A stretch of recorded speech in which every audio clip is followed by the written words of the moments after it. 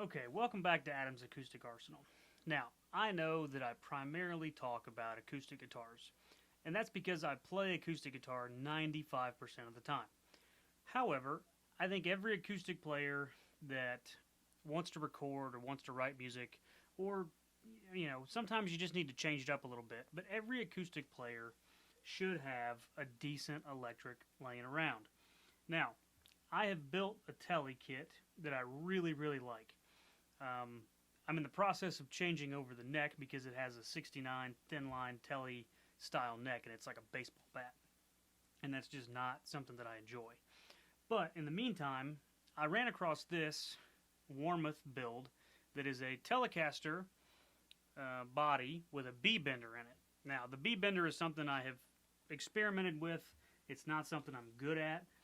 I don't know that I play electric enough that I would ever get good enough at it that it's useful to me, but it is super cool, the couple of licks that I can play with it. So this video is really about the fact that every acoustic player needs to have an electric that they like and they can go to when you need to spice things up, because occasionally I run into a creative plateau. I say occasionally, quite often I run into a creative plateau because I'm just not I'm not a musical genius by any stretch of the imagination. So having an electric laying around is really nice. And I like this one a lot. It caught my eye because it's super cool. I've always liked Warmoth stuff. It's got a bird's eye maple neck on it. I'll show you the pictures. But it's a Gibson scale neck, which is why it's got the cool dot, the cool square block inlays on it. It's basically a Gibson style neck with a Tele headstock. And it came with 4 pick guards, which are really cool. And then it's got a really nice bridge on it. It's got Lindy Fralin split blade pickups, which you're hearing. It's just a really solid guitar. It's comfortable. It's got like the Strat body cuts out on it. So it's not blocky like most Teles are. I really like it. But again, the problem is I don't play it very much. And I have this wonderful Katana amp that you've heard me play some already. The cool thing about acoustic guitars is you don't have to mess with them. When you get them, they sound how they sound. You can tinker with strings and bridge pins and things like that that do make a difference.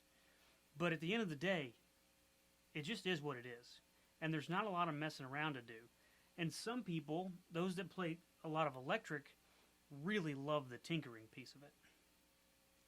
I don't, because I just want to pick it up and play. I've got 5 kids, my life is pretty busy, and so whenever I want to play, I just want to play. And as much as I like playing electric guitar and how cool this thing sounds,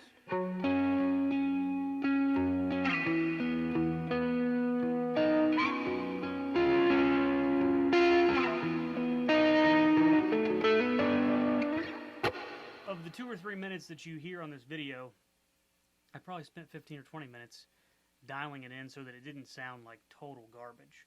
And I'm still not convinced that what I'm hearing sounds great, but it's better than what I started with a few minutes ago. I find myself getting lost a lot easier than I probably would when I play acoustic. And it's because I like the ambient sounds that I can get from this thing.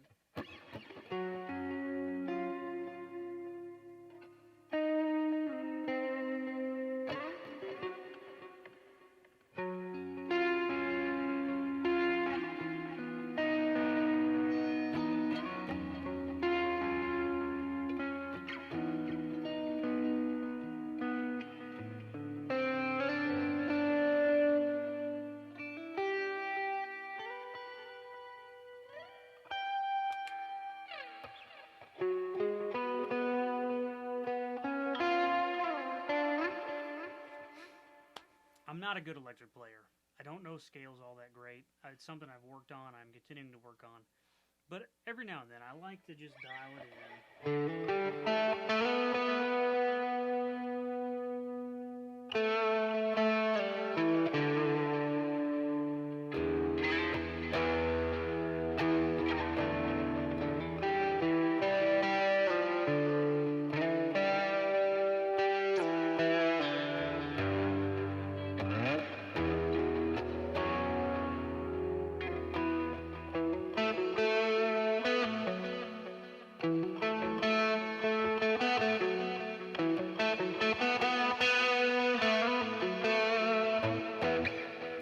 But the point is, I like to dial it in and kind of get lost in it because with all the effects and the reverb and the flangers and the delay, I can find myself getting lost in the electric aura that's created with a guitar and an amp. And that's why ultimately I landed on the Boss Katana. Because when I started searching for my first electric that I'd had in a long time, and I ended up building the tele kit, I bought a Trainer tube amp. It was a 40-watt tube amp. It sounded great when I could get it above 4, but I could never, ever do that. And the problem with that is that when I had the tube amp, I started buying some pedals, and the next thing I knew, I had spent like $400 on pedals, and I ended up just stopping, like screeching halt. And I said, I can't do this. So I sold the amp, took the pedals back because I hadn't had them very long, and got the Boss Katana. And I think that was the right choice for me because I've played this thing, I don't know, 15, 20 hours since I got it, and that's enough. I don't need any more. But at the end of the day, I do want to have the ability to fire this thing up and record some stuff for the channel or for a song that I'm going to produce if I want it.